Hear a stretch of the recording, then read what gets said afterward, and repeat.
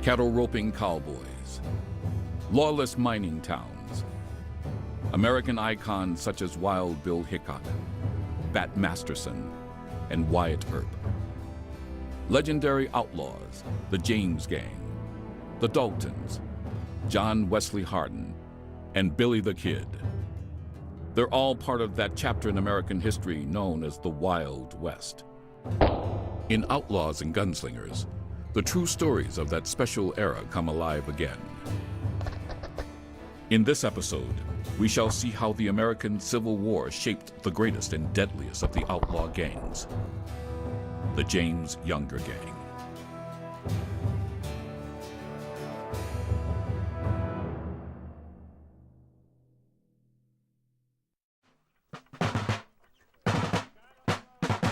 The year was 1863. The American Civil War had been raging for 2 years. No event more than the Civil War would create the cast of characters that would become the icons of the Wild West.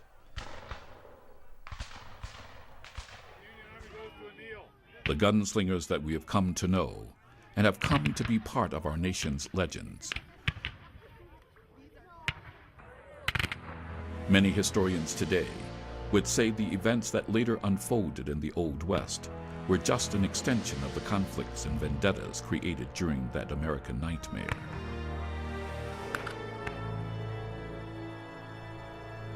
In the North in 1863, the granddaddy of all gunslingers, Wild Bill Hickok, was a spy and scout for the Union Army. 2 years before, he killed his first man while working at a Pony Express station in Nebraska. General George Armstrong Custer was fighting at the Battle of Gettysburg. Northern free settlers were pouring into the Plains states as a result of the 1862 Homestead Act that promised free land.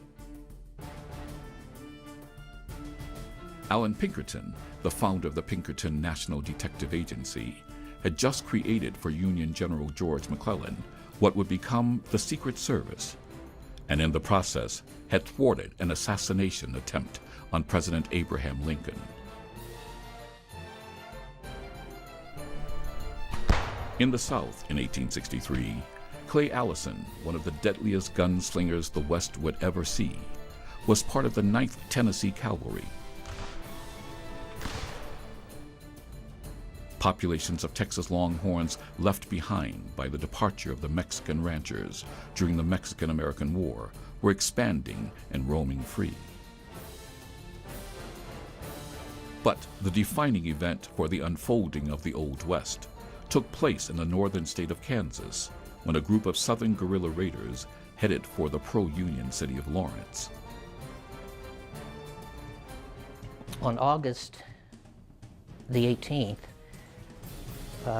Quantrill gathered his group together and they marched west from the Kansas City area to the town of Lawrence.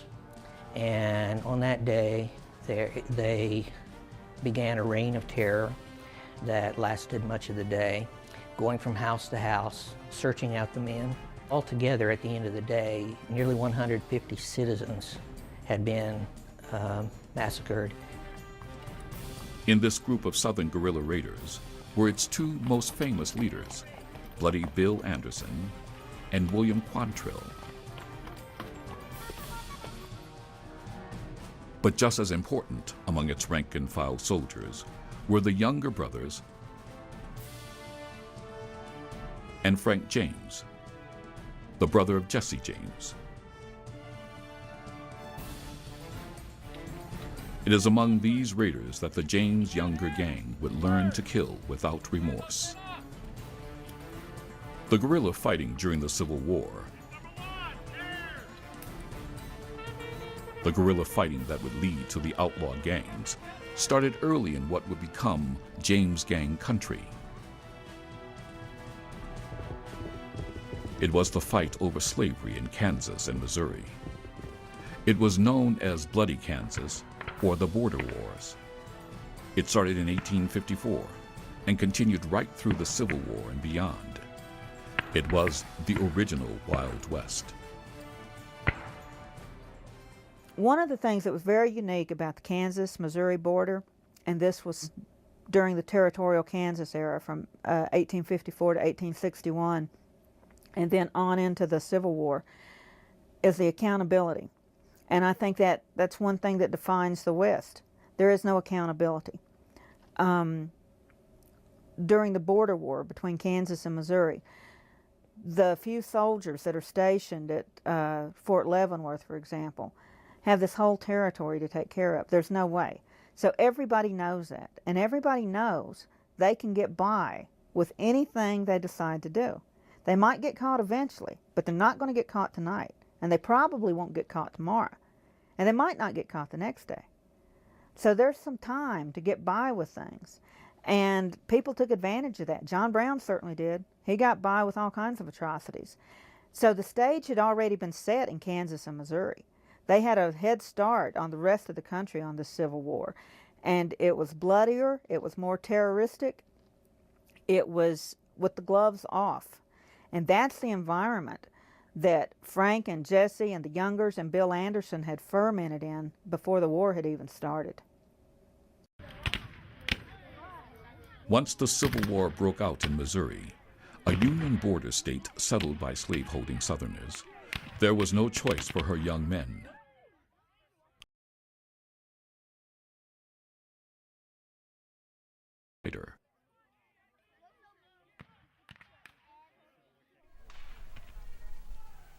This is just what Jesse and Frank James and the Younger brothers eventually did. For them, it was all about getting even with the Yankee Unionists. The cast of characters who were involved in the activities, they include, of course, Quantrill, the Youngers, the Jameses, Bloody Bill Anderson, and so on. These individuals, almost all of them, entered into the war effort as a result of a vengeance. The first supreme leader of the Southern guerrilla bands was a man named William Quantrill. William Quantrill was originally from the state of Ohio, and at the age of 16, he became a teacher. He taught at several schools in the Ohio area, and at approximately 18 to 20, he decided, as so many young men did, to go west, and then made his way over to Missouri, where he, having come from near the South, he definitely sympathized with the South. He really is an enigma. Quantrill was a school teacher. He was educated. He was from Ohio. He has no personal axe to grind in the war, not like these Missourians who have had family members or land lost, who have some personal vested interest. Quantrill doesn't. So nobody has ever really figured out what motivated Quantrill. What Quantrill was able to do was bring all the Raider bands together. He was the supreme leader, and his men would follow him anywhere. His men were the ultimate killing machines on horseback, never equaled again in the Old West. This is an incredible group of men. They're incredible horsemen. They all grew up in the country. They all grew up riding horses. As guerrillas, they essentially live on horseback for months at a time. So they, next to Comanches, are probably the best horsemen on the planet, the guerrillas of western Missouri. Certain stores, banks, and buildings marked for seizure. Then one event in 1863 changed the nature of the war for these guerrillas. It was an event that shaped what the West would become after the Civil War. It started when the Union Army was ordered to round up the women and children of known raiders. During the roundup of these loved ones, the guerrillas' mothers and daughters and sisters, they were jailed in Kansas City prior to deportation. Well, one prison collapsed, and I don't know what the the true reasons were for it. I read various accounts. I personally don't believe it was intentional. I don't believe even the Yankees were that diabolical to actually kill women and children. I think it was an accident, pure and simple. But the important part of the quotient is that the rebels didn't think this. They thought it was a deliberate massacre of roughly 5 women and the crippling of others. When that occurred, you basically had a lot of dead men riding. They decided then and there that I'm not going to make it out of this war. I might as well take some of them with me. These men are now known as Quantrill's Raiders. Among them was Frank James, who earlier had joined the regular Confederate Army. Frank eventually comes back home and joins Quantrill's Raiders. And I think one of the reasons that Frank joins Quantrill's guerrillas is he's seeing the atrocities that are being committed in Missouri by the Unionists. And it was basically self-defense at that point. I really believe that. I think at that point it's self-defense early in the war. Jesse, young, hot-headed teenager, wanted to join Quantrill too, but he wouldn't let him. He was too young. Jesse James would get his chance a year later to kill Northerners with Bloody Bill Anderson. But in August of 1863, Quantrill's Raiders were seeking revenge against the Yankee Unionists. Quantrill looked for an opening in the defenses of Kansas. Kansans didn't understand how deep was the hatred Missourians felt for them, the Jayhawkers, who had perpetrated terrible atrocities in the first year and a half of the war. Quantrill set his sights on Lawrence, Kansas. No raid had ever occurred on a city of this size. But Quantrill was able to pull all the bands together. And he found enough men, 450 desperate individuals, who agreed with him. Let's punish these people. We're going to die, we know that, but let's go over there and at least exact some vengeance on these people. On August 21st, the Lawrence Massacre took place. It's the most successful light cavalry raid of the American Civil War. He got in, he got out. He accomplished his mission. He lost only a handful of men in the process. He completely wiped out the second largest city in the state, killed 150 men unarmed, by the way, in the process. But the Missourians got their revenge, and William Clark Quantrill got it for them. That's why he is so beloved to this very day. From Lawrence, Quantrill's Raiders headed south to Confederate Texas, where they wintered and regrouped. Along the way, they pulled off a second massacre at Baxter Springs, Kansas. After unsuccessfully attacking Fort Blair, fortune turned for the Raiders. As luck would have it, a Yankee supply train, roughly 100 soldiers with wagons, was coming down the road, didn't hear the fight. They were right there in front of Quantrill. Quantrill was a supreme opportunist. He saw what could happen. Taking the fort wasn't going to make it. He attacked the wagon train instead, and the result was, within an hour, there were 89 men laying in the road with a neat black hole burned in their head. After the Baxter Springs Massacre, Quantrill went on south to Sherman, Texas, and his groups wintered at Sherman, Texas. And this is where his command fell apart. He began losing this loyalty that he had from the Andersons and the Youngers and so on like this. And these individuals who had banded together with their groups began splintering then. And so many of them went their separate ways.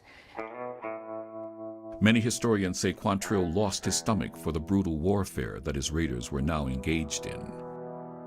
He returned to Kentucky, where he was shot dead. When the Southern guerrilla raiders returned to Missouri in 1864, they had a new leader, a leader who was happy to have a 16-year-old Jesse James join him. He was Bloody Bill Anderson. Bill Anderson is probably the bloodiest man in American history. And that's not to say that Bill Anderson didn't have reasons to be what he was, bloody. But Bill Anderson was a man-killing machine, a homicidal maniac. His father was killed during the Civil War. His sister was killed in a prison collapse. His family was scattered to the wind. And in other words, Bill Anderson had lost all hope. The Civil War killed everything that Bill Anderson stood for or hoped for. When the Union occupation forces of Missouri made an enemy of Bill Anderson, they made an enemy of the devil. Bill Anderson quite literally was a devil risen from the ground. He becomes a psychotic killer. And unlike Quantrell, who manages to keep a lid on his emotions, Bill Anderson is never able to do that. I don't think Bill Anderson ever expects to survive the war. And Bill's only mission in life at this point is to kill Yankees, as many as he can. And he sets about doing that. And so Bill takes barbarity to new heights. His men scalp, they mutilate, they terrorize. They wore scalps and body parts on their bodies and on their horses. Now, Bill, not being as particular as Quantrell about who he took, was willing to let Jesse James ride with him. And at some point, Frank had joined Bill. Then on October 27, 1864, Anderson was ambushed by Union troops. Caught completely unaware, he was riddled with bullets. Later, Union soldiers propped Anderson's corpse in a chair and placed a pistol in the dead man's hand. Then photographs were taken. But Jesse James had learned to kill from Bloody Bill Anderson, and throughout his outlaw days, Jesse was more than willing to kill in the same brutal way he had learned during the Civil War. Jesse James is unique in the annals of the Old West. He was an outlaw's outlaw. He was a cold-blooded killer who at the same time was lionized by Southerners and America's Eastern press as a Robin Hood-type hero. He stole more money than any other outlaw. His outlaw career lasted longer, 15 years, than any of the Wild West's killers. No other icon of the Wild West extended the Southern cause and revenge against the victorious North better than Jesse did. The cabin that you'd see behind us is where Jesse, of course, would have been born, and that at the time would have had a square-shaped addition on the east side that was about a story and a half that was used for the kids' bedrooms. And so they really did have a nice place here on 200 acres. Born here in 1847, Jesse was preceded by his older brother Frank by 4 years. From there, the James family grew. Early on, the family members would have consisted, of course, of the parents, Robert and Zerelda, and then Frank came along, and another boy was born but died early. Then Jesse was born, and next was Susan. Those were the James children. Then after the father went to California to start a church for the gold miners and did not return because he died of cholera, Zerelda married another man, Benjamin Sims. That did not work out. He and the boys just didn't get along. And then she married Dr. Reuben Samuel, and they had 4 more children together. So there was John T., Fanny, Sally, and Archie. When the Civil War started, President Abraham Lincoln quickly moved to occupy Missouri with Union troops. As a result, young Frank left the James farmstead to join the Confederate Army. The remaining James family is almost immediately targeted by the Union occupation forces because of their Southern sympathies. Soon trouble comes to this quiet farm.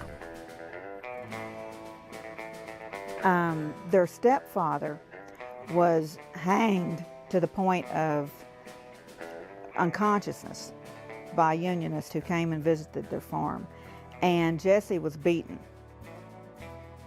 Jesse's stepfather is now brain dead, and his mother and sister have been taken off to jail. Jesse essentially becomes the head of the household. This experience, and his time served with Bloody Bill Anderson's reign of terror, pretty much makes it impossible for Jesse to be anything other than an outlaw. Jesse entirely comes of age in a war-torn society. The Kansas-Missouri border from 1854 to 61 is just about the most dangerous place on earth. No allegiance is safe. If you say you're a Union sympathizer, you're cooked. If you say you're a Southern sympathizer, that was the wrong thing. You could lose your life, you could lose your property, you could lose your family. It was not a safe place to be. Jesse is shaped entirely by that atmosphere. And then, of course, his family is drawn in personally. So Jesse never has the chance, I don't believe, to become anything other than a guerrilla. Frank has the opportunity to reach a little maturity before those things start happening. And so I think Frank has a little something to fall back on. Frank can become a little more civilized than Jesse. I don't think Jesse can. I think he is so shaped by this that Jesse can never be a normal person. The other tried and true members of the James gang are the younger brothers. They too are shaped by the Civil War. The younger brothers, Cole, Jim, and Bob, come from a well-to-do Missouri family. At first, they were Union sympathizers. Cole, Jim, Bob, their dad, had a federal contract to carry the mail. So he has a lot invested with the success of the federal government and is trying to stay neutral during the war. At some point, Cole is accused of being a spy. Eventually, their father is murdered by Unionists, and the Youngers simply have no way to go except to guerrilla warfare. I really think that's a family that's pushed into it, that would not have gone that way otherwise. These people are pretty well off. The Jameses are pretty average, but the Youngers are pretty well off when the war starts. And their mother is displaced by Orders Number 11 after the Lawrence Raid, when the Missouri border counties are emptied. Their mother's forced off their property. I mean, they essentially began losing everything for the cause. So again, these are people with nothing to lose. Cole, the oldest of the younger brothers, hunts down his father's killer and shoots him dead. He then enlists in the Confederate Army, and like Frank James, later joins Quantrill's raiders, forming a bond with Frank that would last until their deaths in the 20th century. After participating in Quantrill's bloody raids, Cole meets up with a 16-year-old Belle Starr, a soon-to-be notorious outlaw in her own right. It is believed that Cole fathered a daughter with Belle. At war's end, Cole is in California, supposedly seeking recruits for the Southern cause. Unlike Cole and Frank, Jim Younger stays with Quantrill until Quantrill's death in Kentucky.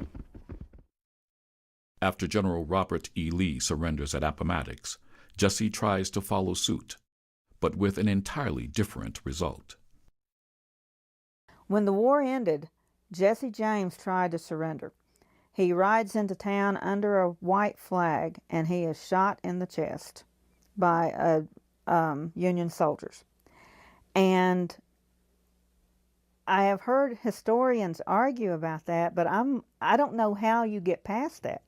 I don't know how you try to surrender and you're shot and you think you've got any chance of leading a normal life after that. I just don't know where you go with that fact, other than where Jesse went. Now, with the Youngers and the Jameses back in Missouri, they wondered how they will make a living as undefeated Southerners in the Union-occupied South. Well, after the Civil War, you had still deep animosity running throughout the West and strains of North and South. And a lot of these guys were trained to fight, but no one trained them how to stop fighting. And so they only knew one thing, and that was raiding. And then certainly in the case of the Youngers and the James boys, that's the one thing that they knew how to do. And of course, they had suffered under Reconstruction, and so they really wanted to strike back. And they were supported and protected by some of the biggest powers in the state of Missouri. Guerrillas were frowned on. They weren't taken back in like the former military were. So they had trouble obtaining jobs, and it just was easier to rob banks and trains than it was to go ahead and live a normal life. As guerrillas, they were trained to just go in, help themselves, and at the end of the war, they were stripped of their citizenship, and this seemed like what was left up to them. They were trained to go in, help themselves, and they just kind of continued the war. In doing so, the Jameses and the Youngers redefined what it means to be an outlaw in the Old West. They are a new kind of gunslinger. Early in 1866, Frank James and Cole Younger are planning something that had never been done before. The Jameses and the Youngers were trying to find a way to screw the system. And I think the bank was the first place. And of course, the bank robbery in Liberty is the first daylight bank robbery, which just set the nation talking, because that somebody would walk into a bank in broad daylight and rob a bank was unheard of. Their take in the robbery was over $60,000, almost $1 million in today's currency. Now James and the Youngers had a new way of earning a living. After recovering from his gunshot wounds, Jesse became the leader of the gang. Considering he was younger than Cole and Frank, there can be only one reason for his leadership role. He was simply more vicious. For 7 years, the James Younger gang continued to rob banks and savings and loans. In their minds, they were not just stealing money, but attacking the most important symbols of Northern wealth and domination over Southerners during the Reconstruction period.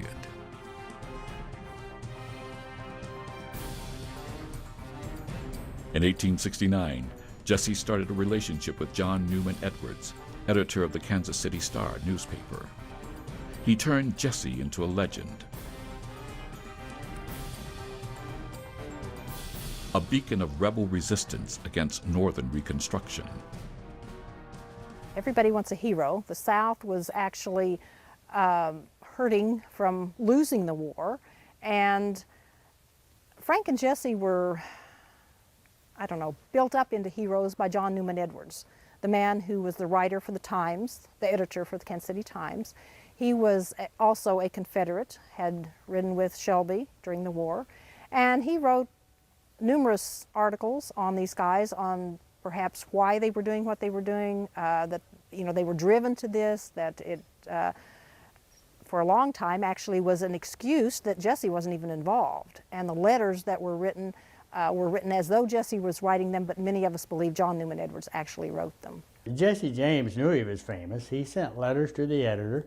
I think he rather enjoyed the attention. But then as the law got closer to him, he realized that also had some disadvantages.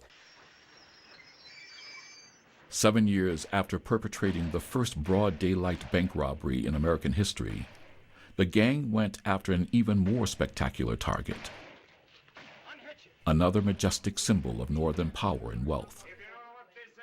They robbed a train. The first one at Adair, Iowa, they derailed the train, pulled a rail out so the locomotive overturned and the engineer was killed. They didn't let the fact that people might get dead get in their way. All in all, the James Younger gang were reportedly responsible for as many as 25 robberies in 8 states from 1866 to 1881. Here's a map of their heists.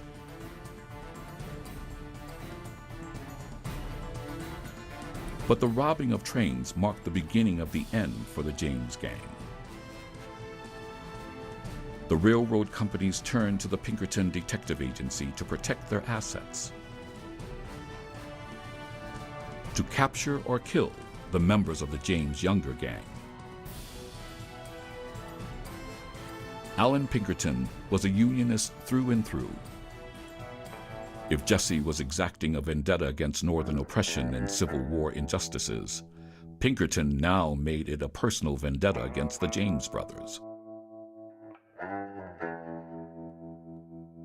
In 1874 alone, 3 Pinkerton agents were killed, and the James Younger gang experienced its first loss.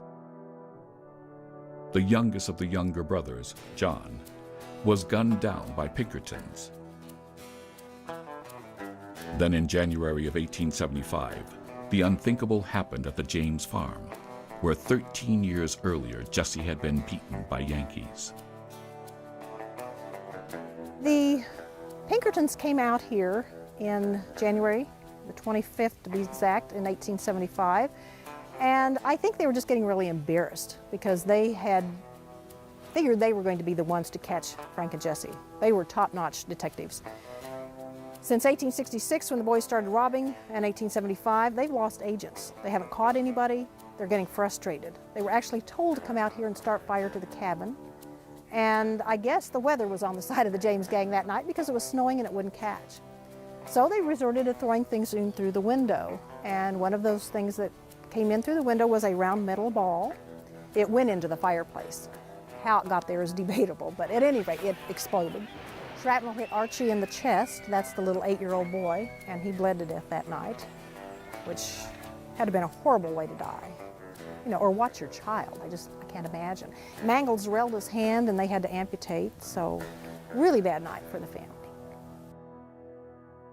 Ironically, Frank and Jesse weren't even there. How this atrocity affected Jesse's thinking is unclear, but the next raid was a disaster. His Waterloo occurred in 1876 at Northfield, Minnesota. That's when, in September, he robbed the bank in Northfield. And those people in Northfield, Minnesota didn't look kindly to that. They ran out of the bank and they got their guns and they started shooting back. And eventually several gang members and several town people were killed. The only ones who really escaped entirely were Frank and Jesse James. All 3 younger brothers were wounded and captured. Cole Younger had 11 bullets in him after the Northfield, Minnesota bank raid, and he lived out his life. They thought he was dead. And he had a bullet that came in through the mouth and went up over his jaw and lodged next to his eye, and there's a famous photograph of him after his capture at Hanska Slough in Medalia, Minnesota, and here he is with his eye swollen shut. He has 11 bullets in him, and he lived another 25 years with those bullets still in his body. A similar fate might have befallen Frank and Jesse, except for their ruthless guerrilla training under William Quantrill and Bloody Bill Anderson. Frank James and Jesse James escaped from posse after the Northfield, Minnesota raid, and they all the way through Minnesota, Iowa, all the way back to Missouri, and it would get too hot for these guys. These guys were so vicious and were willing to give up their life that the posses would back off. Eventually, the 2 brothers made it back to Missouri, but by now it was nearly 15 years since the Civil War had ended. The western frontier had moved on, far from the Jameses' original stomping grounds. No longer were Jesse and Frank in favor with the old guard Southern sympathizers. New people were running the state, and they wanted Jesse out of the picture. Still, Jesse knew no other way to live. He had to form a new group, and that's when he recruited Bob and Charles Ford. He had ridden with Charlie Ford before, but Bob Ford was new. He was 20 years old and turned out to be pretty dangerous for Jesse James. Jesse was last in this home just the beginning of April because he came to see his mom and brought the Ford brothers with him. So we understand it that Zerelda was very uncomfortable with the Ford boys and warned Jesse, you know, this doesn't seem right. But, you know, Jesse kind of had his own mind, and they went to St. Joseph. Jesse, his wife, and 2 children moved into this pleasant-looking house on Christmas Eve, 1881. It was on a hill overlooking St. Joseph, Missouri. On April 3rd, He was in this room with Bob and Charles Ford making plans to rob the Platte City Bank the next day. It was a warm day and the front door was open, and Jesse didn't want people to see him wearing guns, so he took them off and laid them on the couch. And then he noticed the picture was hanging crooked. So he climbed on his chair and reached up to straighten the picture. And that was the first chance that the Ford brothers had to see Jesse without his guns. They drew their guns, only Bob fired. The bullet went in behind his right ear, and some people think it came out over the left eye, leaving the legendary bullet hole. And Jesse fell to the floor dead, and his wife and 2 children were in the house. She ran in, and he died with his head in her lap. The Ford brothers ran out of the house and went to the telegraph office, sent a telegram to Governor Tom Crittenden announcing that they had killed Jesse James. It turned out the governor had basically hired the Fords to kill Jesse. At the age of 34, the West's greatest outlaw gunslinger was dead. However, Jesse became even more famous in death. Hollywood has made many movies about Jesse. Always a swashbuckling hero. Always noble in purpose. Not a bad legacy for a psychopathic, cold-blooded killer.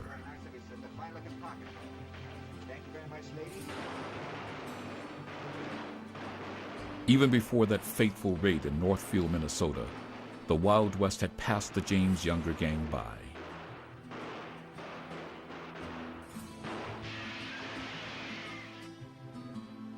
It was now in such places as the cow towns of Kansas, the mining towns of Colorado and Arizona, and the Black Hills of South Dakota, and on the open ranges of New Mexico, Oklahoma, and Texas. These new places would produce their own psychopathic killers and fresh gangs. Gangs such as the Daltons and the Wild Bunch that would create their own legends. Still, for the most part, the outlaws remained Southern sympathizers and the lawmen were Northern Unionists. This would not change until the Wild West vanished 20 years after Jesse's death.